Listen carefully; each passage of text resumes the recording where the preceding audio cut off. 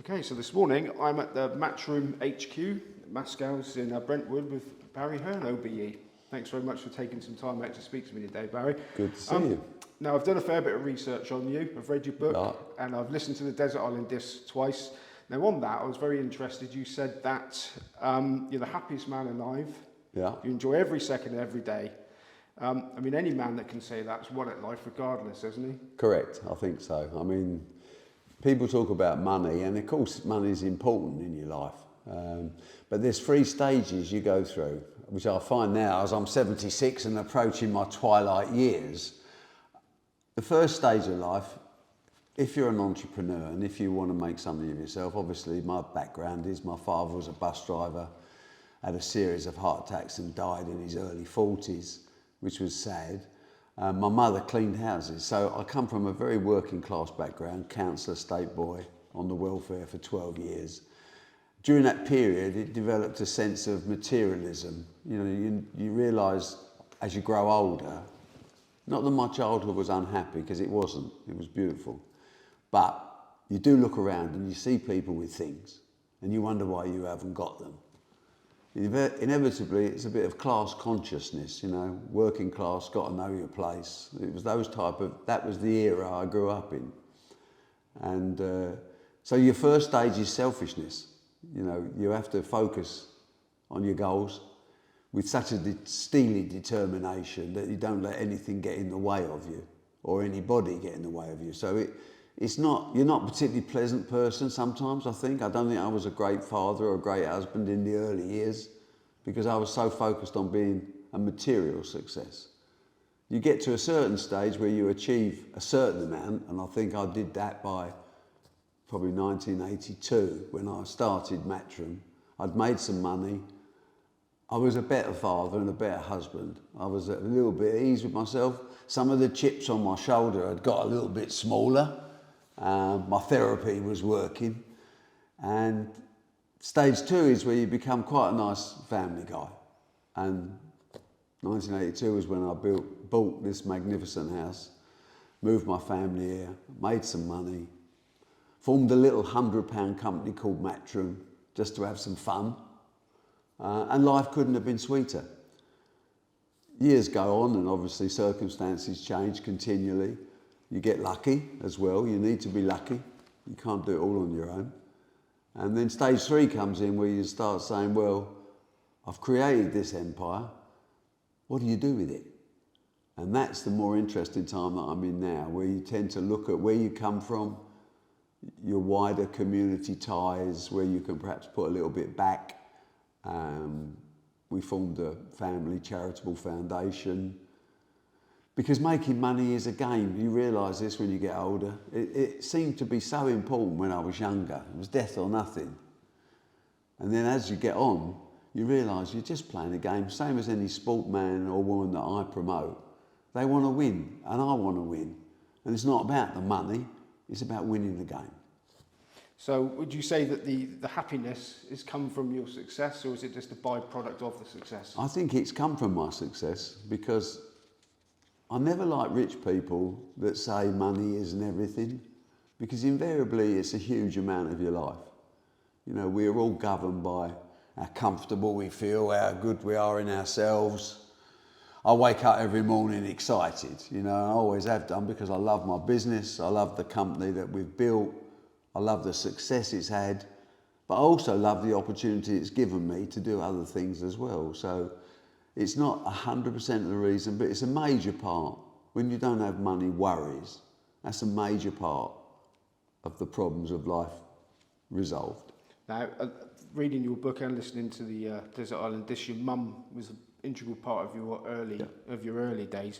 Now, I'm guessing that there's very few people you've actually taken orders from in your life. But when your mum was pushing you hard, was there ever that teenage instinct to rebel? Never. I never had that. I don't know whether it was...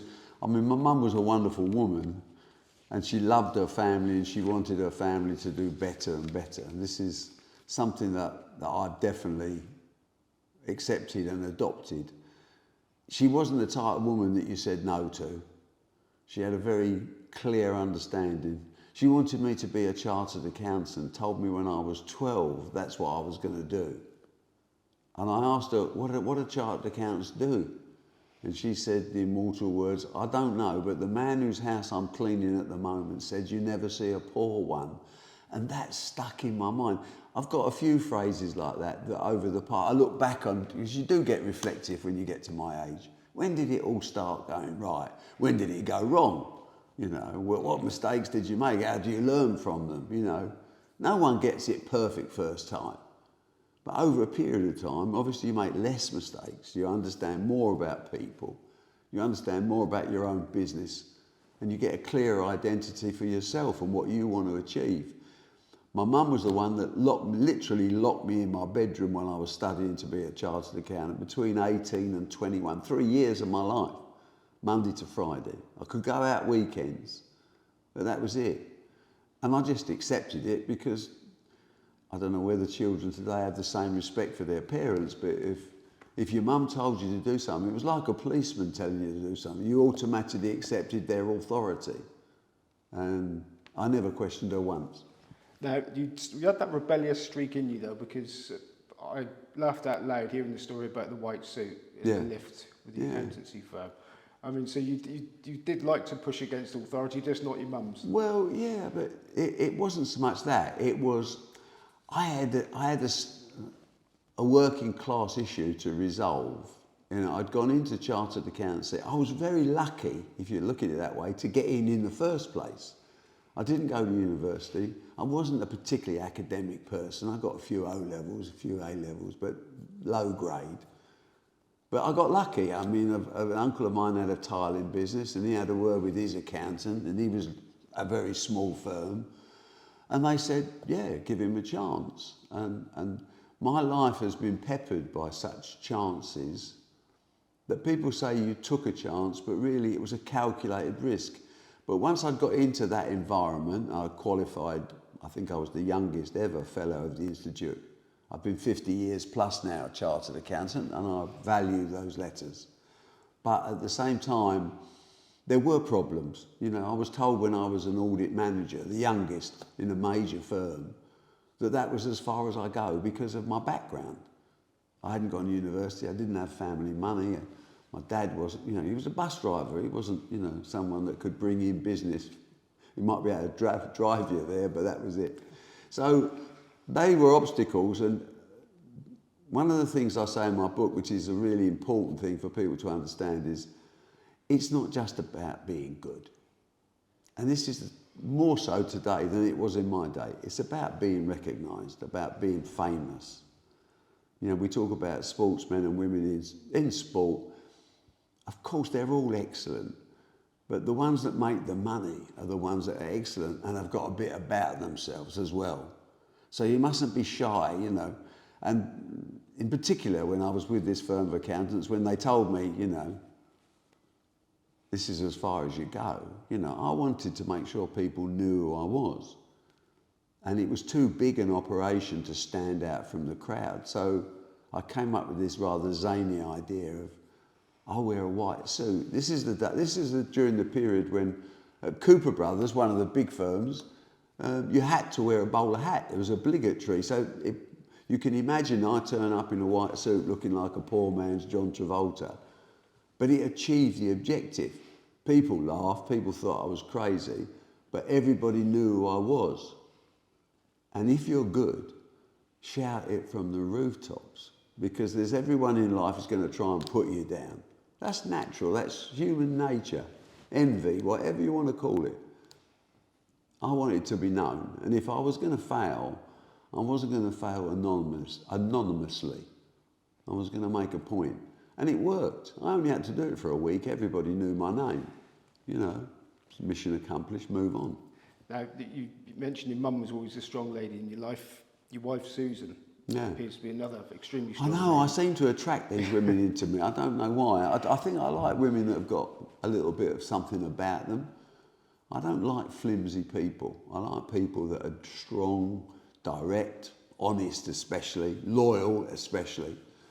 But I've been blessed with my mother was all of that, and my wife, well, I mean, I do business with some very strange people sometimes. I can honestly say the only person that's ever frightened me is my wife. Now, there've been times, and your wife is, you know, helping you from an early days. You know, one of the stories when you're writing the checks out for the stock market and stuff. There's times when you've avoided disasters. The early days with the shares and the checks sort of comes to mind. Goodness. There's a fine line between being a hero and a villain if it goes right or wrong. And that's where you need the good Lord to shine on you, you know.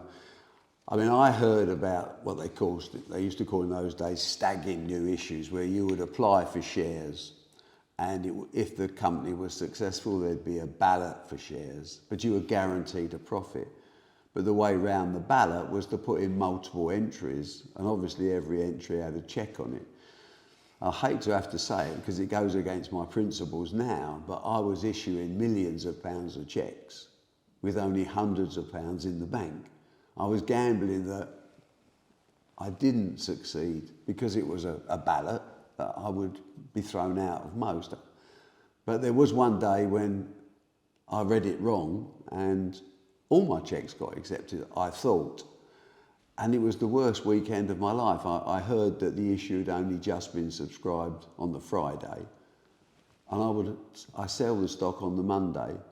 But I had the weekend thinking that my bank manager, when I had about 400 quid in the bank, was suddenly going to see about £2 million worth of cheques. It was a bad weekend. It put me off ever buying stocks and shares. I think since that day, I've never bought a stock or a share in any company that I don't own or control. But that was, again, the good Lord smiled on me, and some of my cheques did get thrown out. And because I'd panicked a bit, I ended up overselling, and then the stock plummeted, and when I bought back, I made a huge profit, which was bizarre. But again, it's not uncommon in the twists and turns I've had over my 76 years, where I look back on that and say that I'm a fatalist. I really believe that our future is mapped out for us, and there's a power that's bigger than all of us that makes sure that fate plays a part. And I look back over my life on so many different times where I think, why was I so lucky that day? Well, I think I was fated to be successful, and the good Lord smiled on me ever since. In your very early days, you were sort of on the peripheries of a very sort of shady world. Another story was the guys playing snooker with the shotgun under the table. You know, how sort of difficult was that? I had a big advantage because I was very aggressive, trying to push myself, my business. You know, I ran a small private accountancy firm in the evenings with about 80 clients, you know. Every night my wife would cook meal, and then I'd go into one bedroom to work on tax returns, and she'd go into another bedroom and type the day before's work out. We did anything to make some money. And obviously, because of my background, my personality, who I am, you come into contact with strange people, but you have an advantage is you come from their area. You know the respect that's involved, you know how far you can go, and people know you, and they know that they can't take liberties either. So it was a sort of a trade-off. So when I went in the snooker business, you know, I mean, I can't say I'd seen many shotguns in my life, but the first day I walked into Lewisham, there was a shotgun under number 1 table. And I thought, you know, I'm the chairman of this big company. It's my responsibility to solve this. And I delegated that responsibility to the manager and said, you better have a word with those blokes. And he looked at them and I looked at them and he said, no, you have a word. So we had a cup of tea while we chatted about it, and they eventually left. So honour was serviced. But subsequently I got involved with the whole of the East End in fruit machines and pin tables, which was just another business. But I know how to behave with all types of people. And you have to be a bit of a chameleon. You have to be prepared to change your colour. There's times to stand firm. There's times to give way. It's for you to judge which is the most efficient and effective course of action. But most of my world in those days revolved around respect. You know, it wasn't a nasty world in those days. I think today's world is far worse. You know, with the drugs and guns and knife crime. And, you know, some of the guys I was doing were tough guys, really, you know, physically difficult. but they had borderlines and they had rules, and I prefer those days to today.